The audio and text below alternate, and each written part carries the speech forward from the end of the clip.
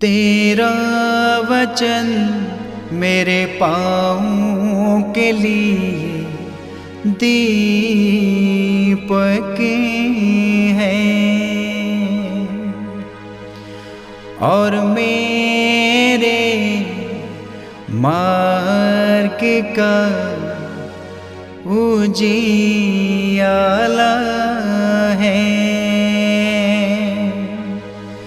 तेरा वचन मेरे पाँवों के लिए दीपक है।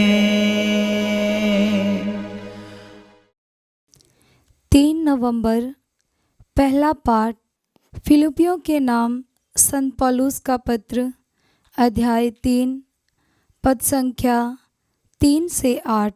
सच पूछिए तो खतने वाले हम हैं। हम आत्मा से प्रेरित होकर ईश्वर की उपासना करते हैं और शरीर पर नहीं बल्कि ईसा मसीह पर गौरव करते हैं।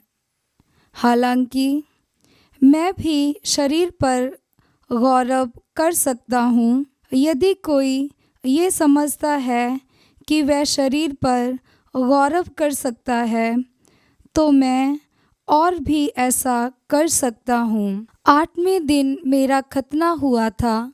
मैं इस्राएली बेन्यामीन वंशी और इब्रानियों की इब्रानी संतान हूँ। संहिता पालन की दृष्टि में मैं फरीसी था। मेरा धर्मोत्साह ऐसा था कि मैंने कलीसिया पर अत्याचार किया। संहिता पर आधारित धार्मिकता की दृष्टि में मैं निर्दोष था, किंतु मैं जिन बातों को लाभ समझता था उन्हें मसीह के कारण हानि समझने लगा हूँ।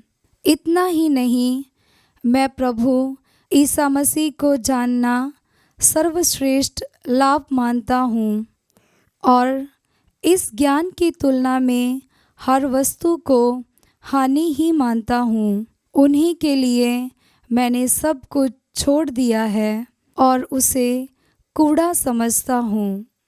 ये प्रभु की वाणी है। ईश्वर को धन्यवाद। भजन अनुवाक्य।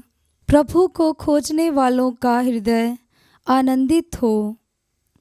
प्रभु को खोजने वालों का हृदय आनंदित हो। उसके आदर में गीत गाओ और बाजा बजाओ।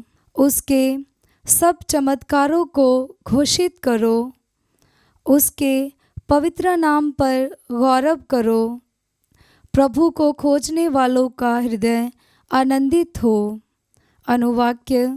प्रभु को खोजने वालों का हृदय आनंदित हो।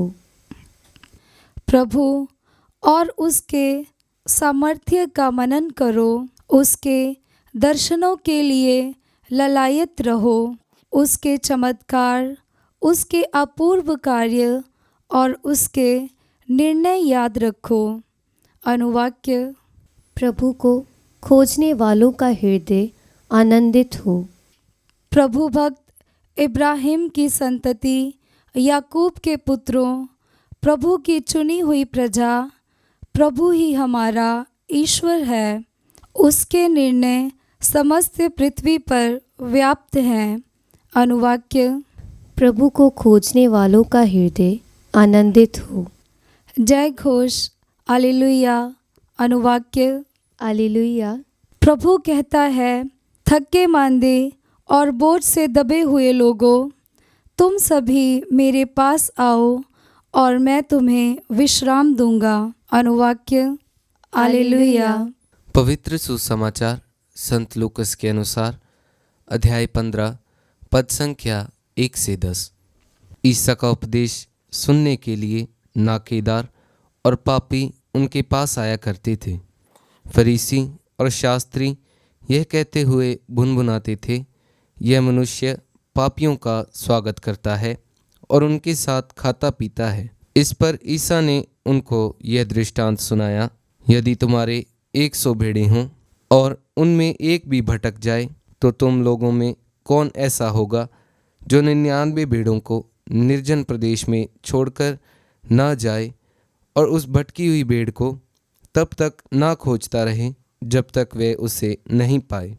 पाने पर वह आनंदित होकर उसे अपने कंधों पर रख लेता है और घर आकर अपने मित्रों और पड़ोसियों को बुलाता है और उनसे कहता है, मेरे साथ आनंद मनाओ, क्योंकि मैंने अपनी भटकी हुई भेड़ को पा लिया है। मैं तुमसे कहता हूँ, इसी प्रकार 99 धर्मियों की उपेक्षा, जिन्हें पश्चाताप की आवश्यकता नहीं है, एक पश्चातापी पापी के लिए स्वर्ग में अधिक आनंद मनाया जाएगा। अथवा कौन ऐसी स्त्री होगी जिसके पास 10 सिक्के हों और उनमें एक भी खो जाए तो बत्ती जलाकर और घर बुहार कर सावधानी से तब तक ना खोजती रहे जब तक वह उसे नहीं पाए। पाने पर वह अपनी सखियों और पड़ोसिनों को बुलाकर कहती है, मेरे साथ आनंद मनाओ, क्योंकि मैंने जो सिक्का खो दिया था उसे पा लिया है। मैं तुमसे कहता हूँ, इसी प्रकार ईश्वर के दूत एक पश्चातापी पापी के लिए आनंद मनाते हैं। यह प्रभु का पवित्र सुसमाचार है। क्रिस्त की जय।